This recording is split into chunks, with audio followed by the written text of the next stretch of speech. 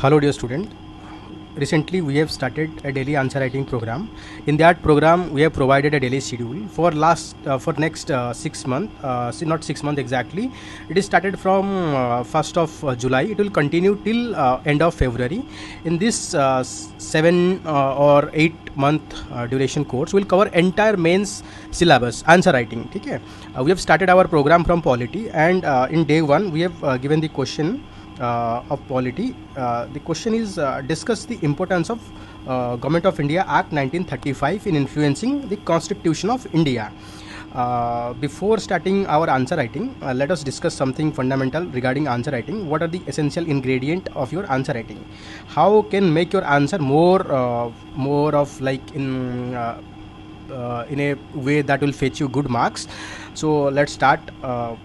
Before writing answer, you need to have three components. First component of your answer writing, you should have content. To have a very good answer, you need to have good amount of content. This good content include good knowledge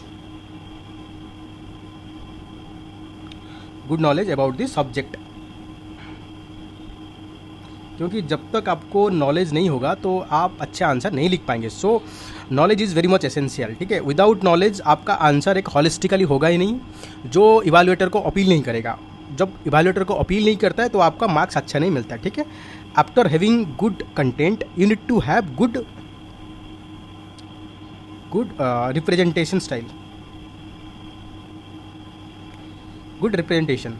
because देखो आपके पास तो बहुत सारे knowledge होता है. You know lot of knowledge regarding fact, figure, definition and different point, but you have to write everything within 7 minutes, 150 words.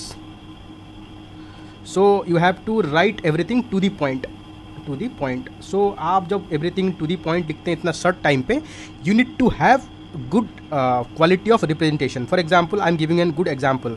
If you write about the evolution of Supreme Court judgment regarding fundamental right, instead of writing long paragraph and explaining everything, you can start from your Sajjan Singh case.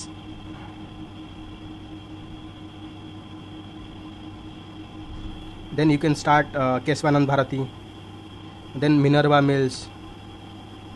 ठीक है, you can give two heading here the evolution of fundamental right and DPSP over here, and in the x axis you can use time. देखो आपका कितना complex answer कितना short में हो जाता है, समझ रहे हो ना. ये आपका एग्जाम का जो आंसर जो क्वेश्चन का वैल्यू बहुत ऐड करेगा. सो इसीलिए try to use lot of diagram. आप you can also use mind map. For example in exam you can also use mind map like that. ठीक है, there are lot of way of diagram that I am going to discuss with you. You need to write your answer so that your answer is more of interactive and it will reduce the effort of evaluator. जब evaluator का effort कम हो जाता है, that translate into good marks. ठीक है, हमारा एक अच्छा कोट है, the more you strain on the eyes of evaluator and evaluator will strain on your marks. So जितना आप अच्छे से रिप्रेजेंट करेंगे, एग्जामिनर को एफर्ट कम हो जाएगा और एग्जामिनर को लगेगा कि आपको काफ़ी अच्छा नॉलेज है, सो वो मार्क्स में कन्वर्ट हो जाएगा. Then the third parameter that you need to keep in mind, writing answer need to be write as per the context. Context means write as per the demand.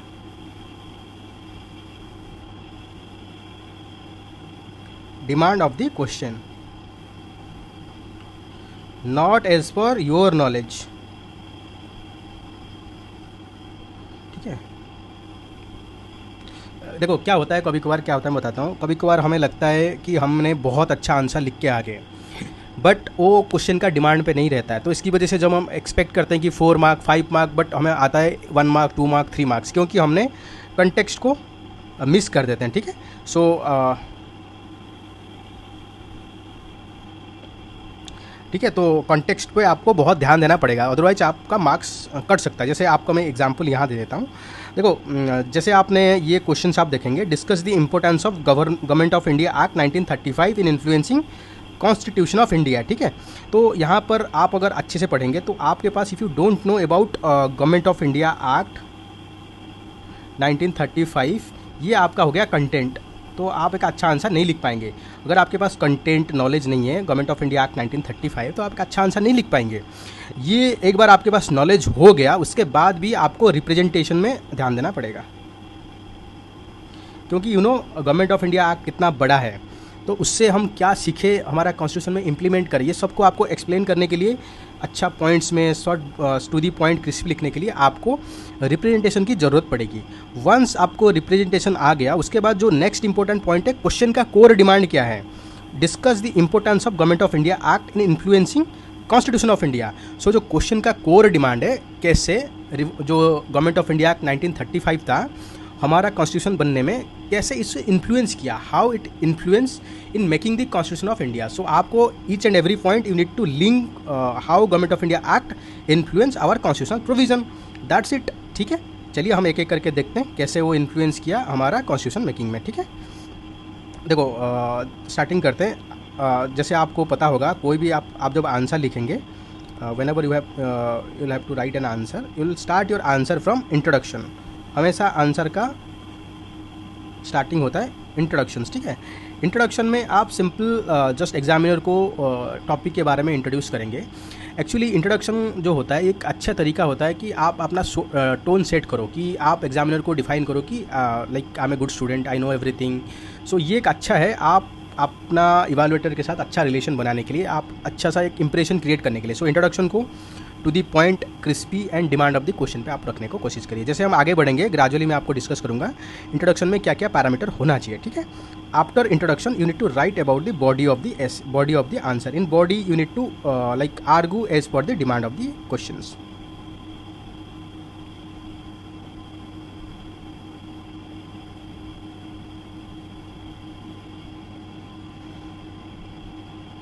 You need to argue as per demand either in like in favor of the question or against। ठीक है, after introduction and body you need to give a conclusion। Conclusion can be summing of everything or way forward type or linking to the bigger goal, linking to the bigger goal like SDG। ठीक है, आप SDG के साथ link कर सकते हैं और आपने उसको लिंक कर सकते हैं विकसित भारत, सबका साथ सबका विकास। ठीक है, inclusive growth.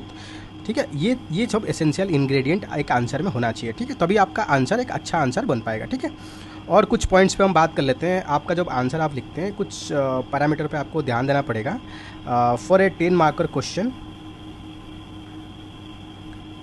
try to write around 8 to 10 point excluding your introduction and conclusions। ठीक है, for a 15 marker question try to write around 12 to 15 points। ठीक है,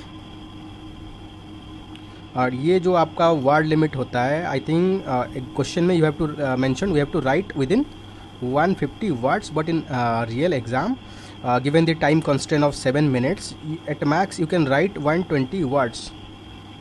So be careful and keep practicing because writing 120 word in 7 minutes is quite difficult। but आप जब gradually practice करेंगे you can overcome all this problem। ठीक है, then in 15 marker question you have to write like in 11 minutes 250 words as per a question demand।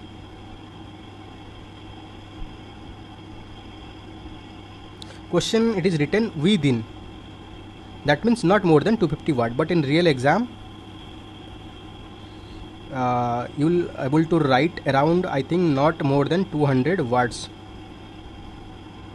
in 11 minutes, क्योंकि आपको इतना time मिलेगा 11 minutes. ठीक है, ये सब पैरामीटर को आप ध्यान मतलब माइंड में रखिए। उस